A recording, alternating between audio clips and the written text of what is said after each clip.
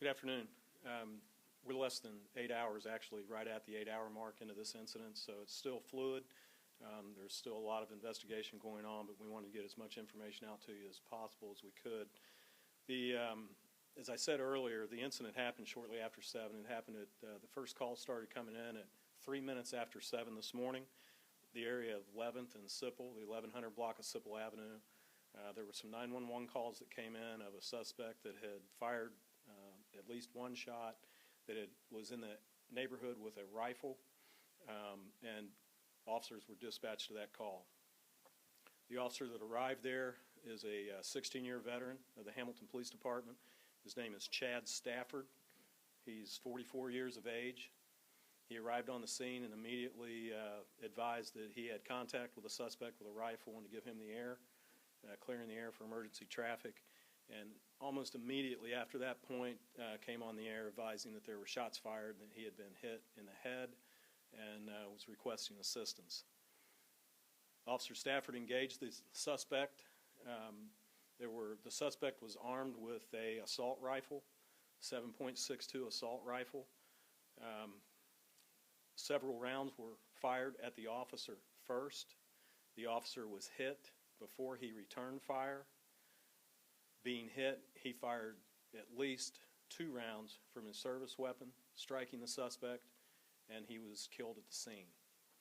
The suspect is an 18-year-old male white by the name of Brandon Keeler, K-E-E-L-E-R. We've got 2 prior arrests as a juvenile.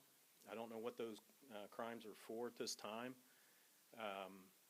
but clearly it's a tragedy that our hearts and prayers go out for the family as well. He's an 18-year-old young man that obviously had some issues. So we're very thankful that our officer is in good condition.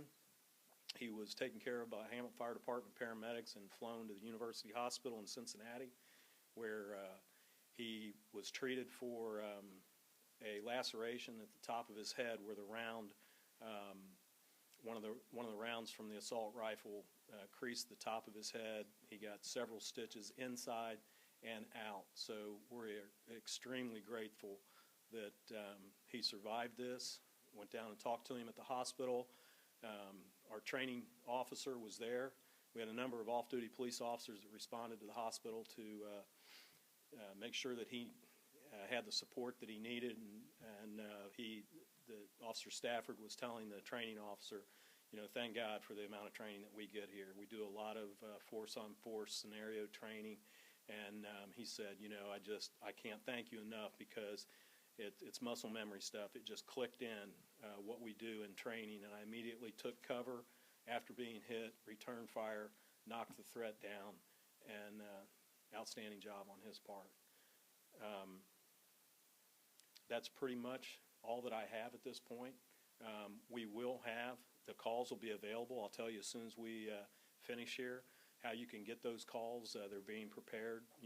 Most of you know that our communication center is run by the Sheriff's Department now. That's all being taken care of, so you'll get those 911 calls as soon as we're finished here. And I think for 8 hours into it, we've pretty much given you everything that we know up to this point. Yeah. Chief, do you know about where your officer was when he was first hit? So I saw like his SUV there. So he arrives on scene. He sees your suspect. And he gets out. I mean, was he shot right as he got out, or kind of? Can you pretty quick? Describe? Pretty quick. He told me, the officer said that there was an accident call, 7:03. That's shift change for us. He's a cover car traffic officer. He had disregarded one of the. It's automatically that's a 2-person car call that goes on that. And he told the guy, the other car, he said, "Take the accident. I'll handle this call." Got there. As soon as he saw him, he immediately got out of his car. He didn't want to be trapped in his car. And from all accounts, even from the calls that come in and the witnesses at the scene said he got out, and the suspect was firing at him. I mean, could you describe? And you had said it like it's muscle memory, but really, can you kind of explain how it's possible to be struck in the head and then yet still be able to engage this guy and, to be frank, finish the job? Well, shot placement clearly is an issue. I mean, if he'd have hit him within another inch, I mean, the officer could have been killed. I mean, I got the call at 7 o'clock in the morning, and they told, all as I was told at 5 after 7 is I had an officer shot in the head. I only thought the worst, hearing a headshot. So thank God he didn't. The round was an inch higher than what it was.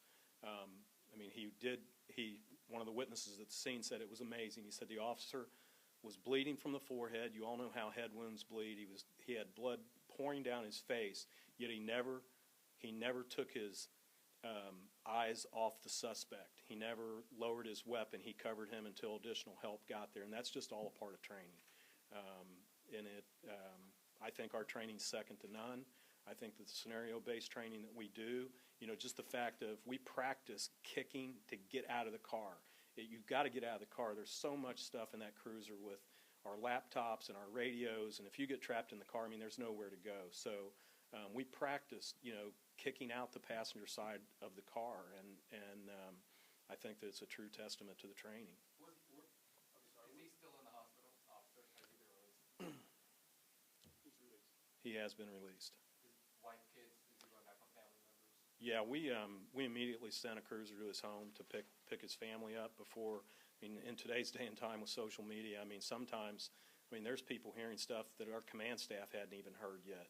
And so we have packets that every officer here, we know who the next of kin is. We know, when you have this many employees, sometimes, you don't get to meet their wives and children. And so we immediately sent a supervisor to the house to pick the officer up, pick the officer's wife up, make sure that she knew he was stable in good condition, transported her down to UC.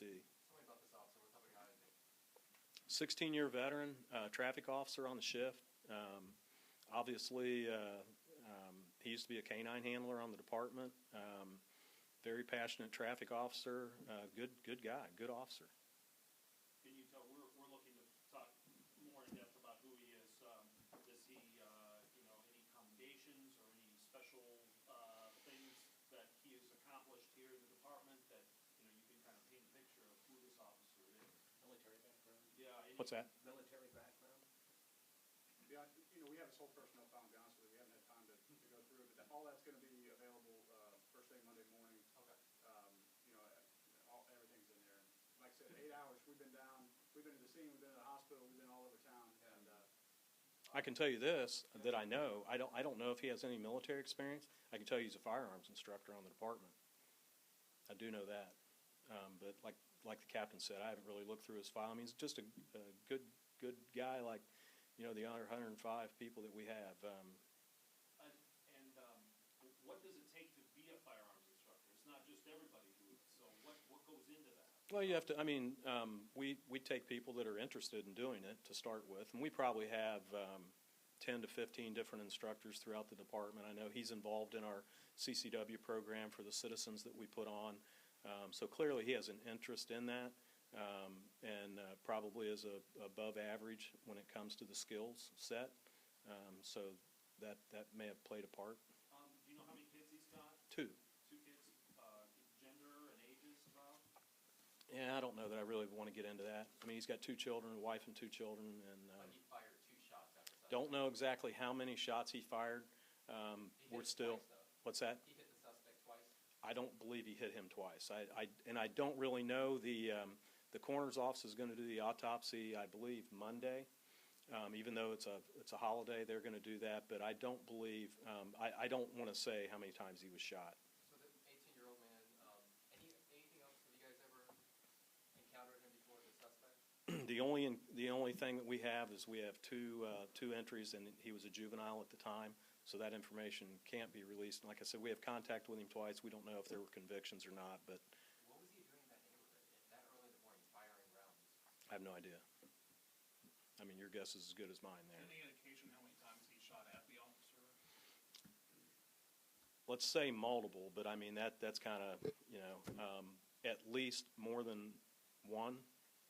I don't know. I have not personally listened to the 911 calls, but apparently he fired a few rounds. He also had a pistol on him. That's another thing. He was armed with both an assault rifle and a handgun.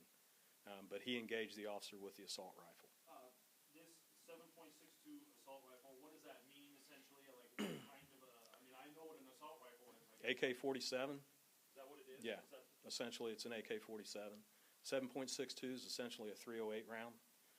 We don't have body armor that can stop that. I mean, our vests pretty much stop pistol rounds, and this is a round that if he'd hit the officer in the chest, even though we have a mandatory policy for body armor, it wouldn't have stopped that round. That's a heavy-duty round. What kind of pistol did he have? I'm sorry? The pistol, that your suspect had? I don't really know. Semi-automatic pistol, I believe. What's your service weapon actually? What does the department use for a service weapon? We have Glock 40 calibers is what we carry. All right. I'll tell you what, we wanted to get this information out to you guys. I mean, I think you're getting it pretty within hours of us having it. Sunday, obviously, I just don't think there's going to be much between now and probably the next thing would be after the autopsy in the coroner's office. And you know, we've been in close contact with the coroner and the prosecutor's office, so we'll be wrapping our investigation up and submitting to the prosecutor's office. So there won't be a whole lot more put out after this. Are you proud of him? Absolutely, absolutely. And like I said, it's bittersweet because we have a young man that's 18 years old that's been killed. So I have a 17-year-old son. It's a shame that whatever was going through this guy's life that it had to come to this. But as far as being thrilled that our officer's safe and that the training that he gets and he was able to stop the threat when somebody's trying to kill him I'm extremely proud of him. Absolutely. When was the last time an officer was shot? It was April 20 of an officer being shot. The last officer-involved shooting we had was April 25th of 2010. As far as the last time an officer's been shot, I can't even remember the last time an officer's been shot. And he was the only officer on the scene? What's that? He was the only officer At the time, yeah, he was there by himself until the backup units got there. So if you wanted a big message to get out about this, it would be that pretty much his training saved his life. His life and who knows who else was in danger there. I mean, that's what we do. The officer got there and confronted that threat so that no one else was placed in harm's way. Did Mr. Keeler live in the neighborhood at all, or anywhere in the vicinity? The suspect? Yeah, the suspect. Yes, he was staying in a home in the neighborhood. Yeah. Which house? I don't have that. But we'll get it for you. Anything prior to that? Like, did you guys have contact with him that night or the prior night or anything like that? No, the only two contacts we have are as a juvenile. So thank you. I appreciate it. We'll get Captain Buchheit will tell you how you can get the 911 calls.